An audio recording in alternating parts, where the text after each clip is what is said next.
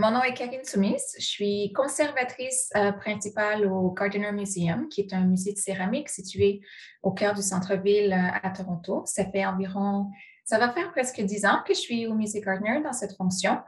Mon travail au musée consiste dans la recherche et l'interprétation de nos collections, surtout les collections historiques du musée, aussi les installations permanentes, les publications, l'interprétation dans le contexte d'outils digitaux également, et aussi l'organisation d'expositions, que ce soit de grandes expositions ou des plus petites expositions qui ont lieu à travers le musée. Le musée Gardiner est un musée de céramique, donc on a une collection d'environ 4500 pièces de céramique. On n'est pas un musée encyclopédique, donc on ne couvre pas toutes les cultures, mais on a plutôt des concentrations dans différents domaines. Par exemple, on a une concentration en art précolombien, en céramique de la Renaissance italienne, en majolique, aussi en porcelaine de la Chine et du Japon, et aussi en porcelaine européenne. Et surtout, au cours des dernières années, notre collection d'art contemporain a pris beaucoup d'expansion. Donc, c'est un aspect vraiment important du musée. Un aspect vraiment important de la mission du musée Gardiner, c'est d'utiliser la céramique afin de construire un sens d'identité communautaire également. Donc, la céramique, c'est vraiment un médium universel. Chaque culture crée des objets en céramique. C'est aussi un médium thérapeutique aussi.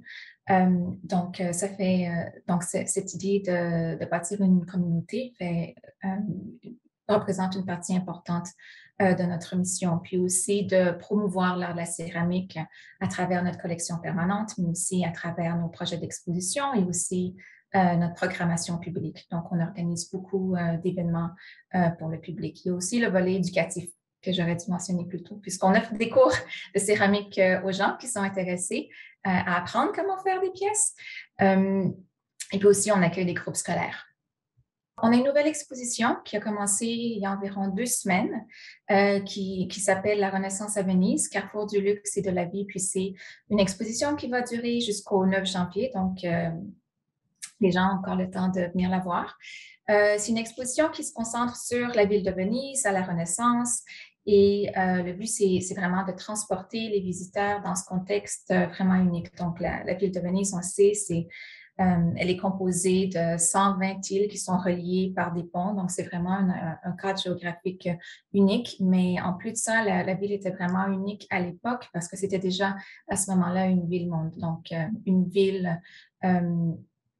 une métropole multiculturelle dont la population était composée en grande partie d'immigrants. C'était aussi déjà à l'époque une destination touristique et puis c'était avant tout un centre de commerce à l'époque. Donc, Venise était vraiment le point d'intersection ou le lien entre l'Europe et le monde islamique. Donc, ça voulait dire qu'il y avait beaucoup de marchandises provenant du commerce méditerranéen qui arrivaient dans la ville. Donc, des tapis, des tissus, du verre, des pièces en métal, de la céramique qui était obtenue par l'intermédiaire du commerce avec le sultanat mamelouk ou avec l'Empire ottoman un petit peu plus tard. En plus, Venise était un grand centre de production artistique, donc allant des tissus jusqu'au verre, à la peinture et à la céramique. Donc, tout ça, ça offre vraiment le contexte pour une exploration de l'art de la majolique à Venise. Donc, la majolique, c'est un type de poterie qui était faite à la Renaissance, qui est un type de céramique recouvert d'une argile stanifère. Donc, elle a été opacifiée avec l'ajout de l'étain à l'intérieur. Donc, ça permettait de décorer les objets avec des couleurs vives. Donc, c'était un aspect unique de l'art de la Renaissance. Et puis, dans le contexte de cette exposition, on regarde l'histoire de ce type de céramique à Venise et puis aussi les interactions entre les cultures. Donc, une des questions principales qui est explorée, c'est de quelle manière est-ce que tous ces objets qui se retrouvaient dans ce centre urbain établissaient des liens entre les cultures, entre des territoires géographiques distanciés et aussi de quelle manière est-ce que les objets qui étaient créés à Venise par les potiers pouvaient vraiment d'une certaine manière synthétiser toutes ces influences et toutes ces formes d'interaction. Une chose qui était vraiment importante pour moi dans le contexte de cette exposition, c'était de ne pas présenter la céramique en isolation, donc vraiment de regarder tous les liens qui avait lieu à cette époque entre les objets, entre les cultures, puis aussi d'associer des gens à ces pièces-là. Donc, on parle beaucoup des artisans qui faisaient ces pièces. On parle aussi des consommateurs, donc les gens plus riches qui pouvaient acquérir soit de la céramique ou la dentelle, qui est aussi exposée dans l'exposition, ou des objets de métal, ou la porcelaine chinoise, par exemple, qui arrivait aussi par l'intermédiaire du commerce.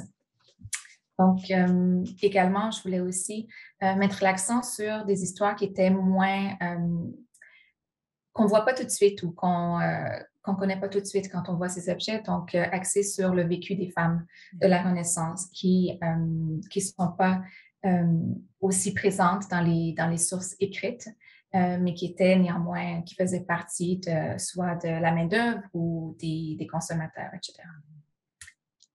J'espère que les gens vont venir visiter le musée Gardiner. On a plein de choses à offrir, des activités la fin de semaine pour la famille, le dimanche, de 11h à 3h, et aussi des expositions temporaires, pas seulement l'exposition dont je vous ai parlé, mais d'autres expositions à travers le musée qui mettent l'accent sur des artistes émergents, par exemple. Donc, on a beaucoup à offrir, et aussi on a des programmes virtuels. Donc, si vous consultez notre site web, vous pourrez voir des conversations avec des artistes ou des conférences, plusieurs en lien avec notre exposition temporaire sur Venise également.